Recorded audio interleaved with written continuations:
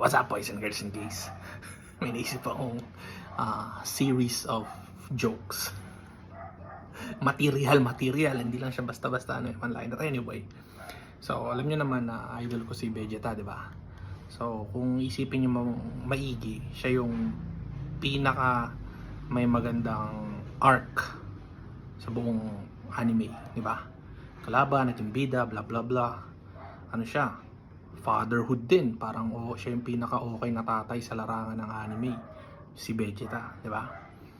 Tapos, ito pang malupit, naka-jackpot siya ng asawa kay Bulma, di ba? Billionaire, hindi siya pinapakailaman sa hobby niya, todo support. Tapos, chicks pa din kahit matanda na si Bulma, di ba? And then, itong malupit, cherry on top.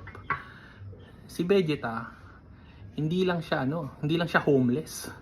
Planetless siya. Maliban natin kung nagsisinungaling siya na prinsipe talaga siya ng mga science, di ba? Ang makakapagpatunay lang nun si Goku, magkaaway pa sila. Pwede si Broly, pero nasa mental health si Broly, laging rage. Napaka-layered niyang joke na yan. Mga Dragon Ball fan lang yung makakaintindi. Tanginang utak to, abnormal.